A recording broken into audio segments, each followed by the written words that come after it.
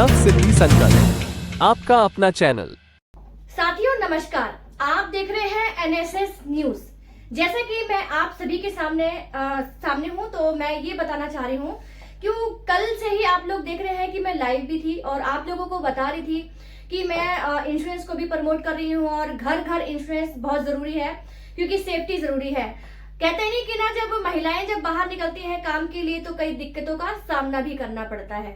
इसीलिए मैं कल से ही निकली हूं, तो कल से ही मैं लाइव वीडियो भी बना रही हूँ, शॉर्ट वीडियो भी बना रही हूँ, आप लोगों को बता रही हूँ कि हम यहाँ मीटिंग करने। तो हम अभी इस टाइम है नागौर।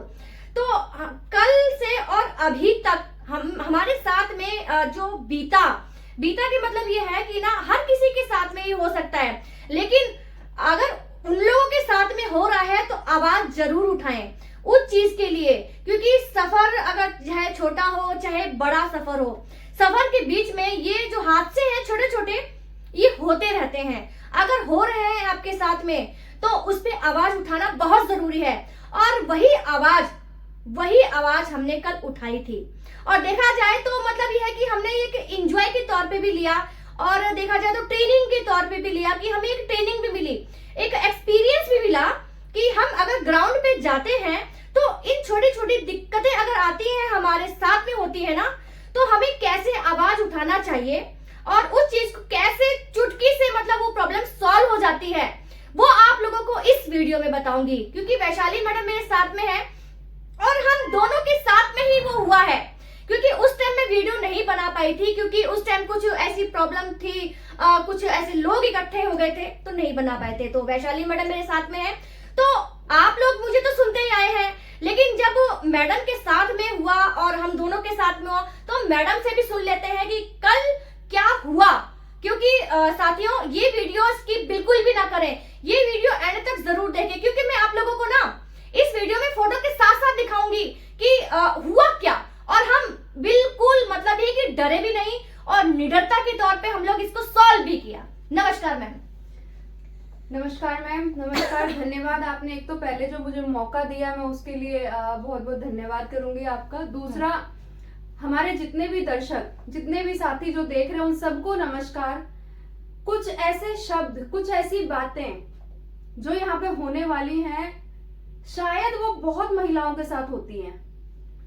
मैं ये इसको इसलिए 100% कॉन्फिडेंस से बोल सकती हूँ क्योंकि ये हमारे साथ भी पहले होती आई है, लेकिन कल हमने जो हिम्मत दिखाई है और उस हिम्मत दिखाने के बाद जो हमें रिजल्ट मिला है तो बहुत खुशी हुई है।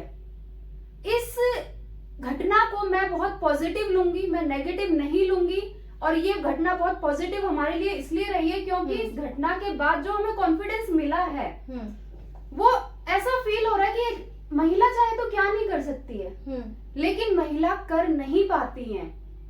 वो कॉन्फिडेंस, वो डर उनके साथ रहता है। तो साथियों, बहुत शॉर्ट में बताऊंगी हमारे साथ हुआ क्या। स्टार्टिंग से बताना हुआ, ठीक है मैम। स्टार्टिंग से हुआ ये कि नागौर हमने क्योंकि आपके साथ आना था तो हमने बहुत ट्राई किया कि हम जाए कैसे, क्योंकि दिल्ली टू नागौर की कनेक्टिविटी बहुत ज्यादा नहीं थी, ट्रेन नहीं मिल पा रही थी, कोई फ्लाइट का माध्यम नहीं था। तो हमने सोचा क्योंकि हमारे साथी वेट कर रहे हैं, जाना जरूरी है, तो हम बस से चलते हैं, स्लीपर बस। तो कुछ टाइम पहले का मेरा एक्सपीरियंस स्लीपर बस का बहुत अच्छा था, बहुत सेफ रहा था।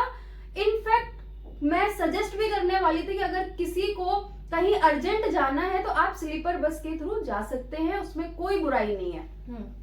सेम पैटर्न मैंने अपनाया, मैंने स्लीपर बस बुक करी और हम नागौर के लिए घर से रवाना हुए। तो हुआ क्या मैडम कि जैसे ही हम अपने डेस्टिनेशन पे पहुंचे जहां से हमें बस मिलने वाली थी, वहां पे बस को 8:10 पे आना था, जो कि बस ड्राइवर को बार बार कांटेक्ट करने के बाद वो बस आई है 9:30 बजे। और जब ऑनलाइन बुक हम करते हैं तो 1 घंटे पहले, लाइक 8:10 पे जो बस आ रही है तो 7:10 तक हमारे पास सारी डिटेल आ जाती है वो ड्राइवर की, प्लस जो बस हमें लेके जाएगी अपने स्थान पे उसकी। तो मेरे पास ऐसा कोई भी डिटेल नहीं आई। नहीं आने के बाद मैं थोड़ा टेंशन में हुई कि मेरी बस बुक हुई भी है नहीं, क्योंकि रात का टाइम है, हम 2 फीमेल है, हम जाएं कहाँ। बहुत ज्यादा कस्टमर केयर पे बात करने के बाद, इधर उधर बात करने के बाद हमें कांटेक्ट नंबर मिला ड्राइवर का। तो ड्राइवर भाई साहब ने कहा कि हम जाम में फंसे हुए हैं और हमें लेट होगा, मैं कोई भगवान तो हूं नहीं जो मैं उड़ के आ जाऊं, चलो ठीक है, हमने इस चीज को एक्सेप्ट किया। उसके बाद हमने बार बार कॉल की, तो कभी 20 मिनट कभी 10 मिनट ऐसे ड्राइवर लेट होते गए। लास्ट में 9:30 बजे बस आई। हम जैसे ही बस में चढ़ रहे थे तो बस के कंडक्टर ने हमारा सामान लिया। नॉर्मली स्लीपर बस में जो हमारा सामान होता है वो नीचे डिग्गी में रखा जाता है बस की, बट ऐसा नहीं किया भाई साहब ने। कंडक्टर ने हमारा सामान लिया और अंदर सीट के पास फेंकने लगे कि जल्दी चढ़ो जल्दी चढ़ो, और हमें हमारी सीट बिना बताए उन्होंने बस चला दी।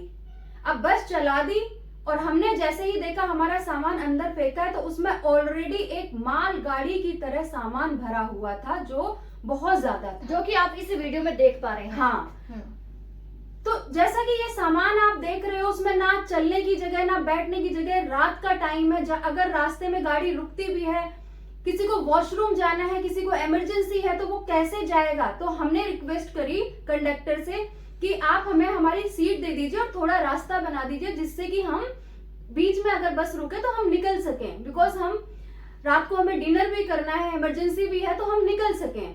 तो उन्होंने बिना सुने ड्राइवर वाली सीट के पास वो जाके बैठ गए और दरवाजा बंद कर दिया, हमें बिना सीट दिए। हमने कैसे कैसे चढ़ के हमने कोई एक सीट ली और हम दोनों, मैम और मैं, आपको पता ही है, हम दोनों बैठ गए और हम बैठे रहे।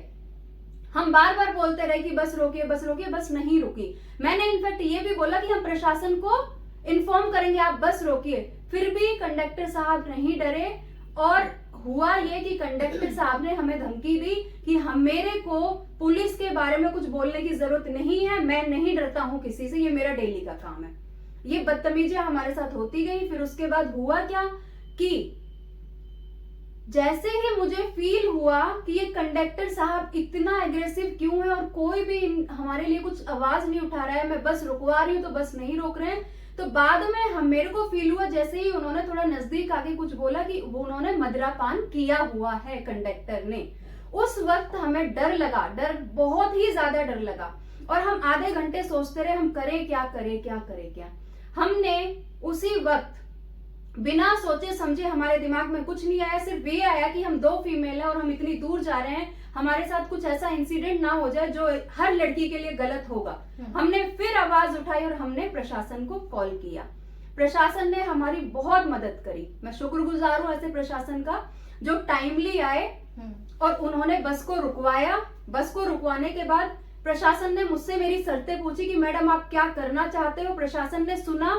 इसी बीच में ड्राइवर साहब आए, उन्होंने मुझसे माफी मांगी, और जैसा जैसा हमने बोला कि हमें सेफली इस टाइम तक नागौर पहुंचना है, वो जिम्मेदारी ये लेंगे, बिकॉज हमारे पास अभी वहां जाने का कोई ऑप्शन नहीं है, हम मीटिंग कैंसिल भी नहीं कर सकते हैं, हमारे लोग वेट कर रहे हैं, और हमें यहाँ पे रात को सफर में कोई परेशानी ना हो, इसकी जिम्मेदारी प्रशासन लेगा। प्रशासन ने ओके किया। जो ये सामान डला हुआ है आसपास, उसमें थोड़ी जगह बनवाई। जगह बनवाने के बाद हमें हमारी सीट दी गई, हमसे माफी मांगी गई, और प्रशासन ने लिखित में उनसे लिया कि हम इनको नागौर तक सेफली पहुंचाएंगे, जो कि हम सेफ्टी से पहुंचे हैं। तो मैं इसलिए कंडक्टर का तो नहीं, हमारे ड्राइवर साहब का जरूर शुक्रिया अदा करूंगी, क्योंकि उन्होंने उस इंसिडेंट के बाद एज ए फैमिली हमारा ध्यान रखा। बीच में हमें बार बार पूछा कि मैडम अब आप ठीक हो, आपको कोई परेशानी तो नहीं हो रही। लेकिन ये मैसेज मैं लास्ट में जो कन्वे करना चाहती हूँ, मेरी पूरी फीमेल पावर से रिक्वेस्ट है कि अगर रास्ते में आपके साथ कुछ ऐसी मुसीबत होती है तो आप प्रशासन की जरूर मदद लें। हम डर जाते हैं कि समाज क्या सोचेगा, हमारी फैमिली क्या सोचेगी, हम जहां पे जा रहे हैं वो लोग क्या सोचेंगे जब पता चलेगा कि इनके साथ रास्ते में ऐसे हुआ है। तो मैं सबसे ये अनुरोध करना चाहती हूँ, अगर हम भी, मैं और मैम दोनों अगर ये सोचते तो हम पूरी रात घबराते, और इस घबराहट में हमारी तबीयत भी खराब हो सकती थी, हमारी ये मीटिंग में शायद हम पहुंच भी नहीं पाते। हमने ये स्टेप उठाया प्रशासन को बताने का। तो जो कंडक्टर थे वो ड्राइवर के साथ नहीं आए थे, क्योंकि उन्होंने मदिरापान किया हुआ था। प्रशासन ने उनको वहीं पे उतार के उनको सजा भी दी, और ड्राइवर ने हमारी रक्षा भी की पूरी रात, और जिससे हम सेफ्टी से घर भी आ गए। बस में जितने पैसेंजर्स थे उन्होंने हमारा ध्यान रखा, मैं सबको थैंक यू सो मच बोलना चाहूंगी। और उसके बाद हम बहुत रिलैक्स भी हो गए, जो एक पर्सन को, एक फीमेल को बहुत ज्यादा जिस चीज की जरूरत होती है। तो ये सब मेरा एक्सपीरियंस था साथियों, ये मेरा अनुभव रहा है कि प्रशासन ने हमारी कितनी मदद की, ड्राइवर साहब हमारे कितने अच्छे थे जिन्होंने हमारी मदद करी। सिर्फ एक कंडक्टर की वजह से हमने ये सब हमें फेस करना पड़ा, क्योंकि उस कंडक्टर ने ड्रिंक की हुई थी, जो सबको नहीं पता था। जैसे ही पता चला सबको, जो हमने बताया प्रशासन के माध्यम से, तो सब हमारे साथ खड़े हुए और हम जीत गए। Thank you ma'am, thank you. जैसे कि आप लोगों ने सुना कि मैडम ने जो कुछ भी बताया बिल्कुल सच था, क्योंकि मैं भी उस वक्त वहीं पे थी। तो साथियों, कहने का तात्पर्य यही है आप सभी से, इस वीडियो को शेयर करें, क्योंकि कई लोग होते हैं कि डर जाते हैं, कई महिलाएं डर जाती हैं। तो साथियों, डरने की कोई जरूरत नहीं है, आवाज उठाएंगे तभी आप लोग कामयाब हो पाएंगे, तभी लोग डरेंगे, क्योंकि उस वक्त हम लोगों ने झेला नहीं, हम लोगों ने जीत हासिल करी है। तो साथी, इस वीडियो को शेयर जरूर करें, अवेयर जरूर करें इस वीडियो को शेयर करके। तो आज के लिए साथियों बस इतना ही। नमस्कार, जय हिंद।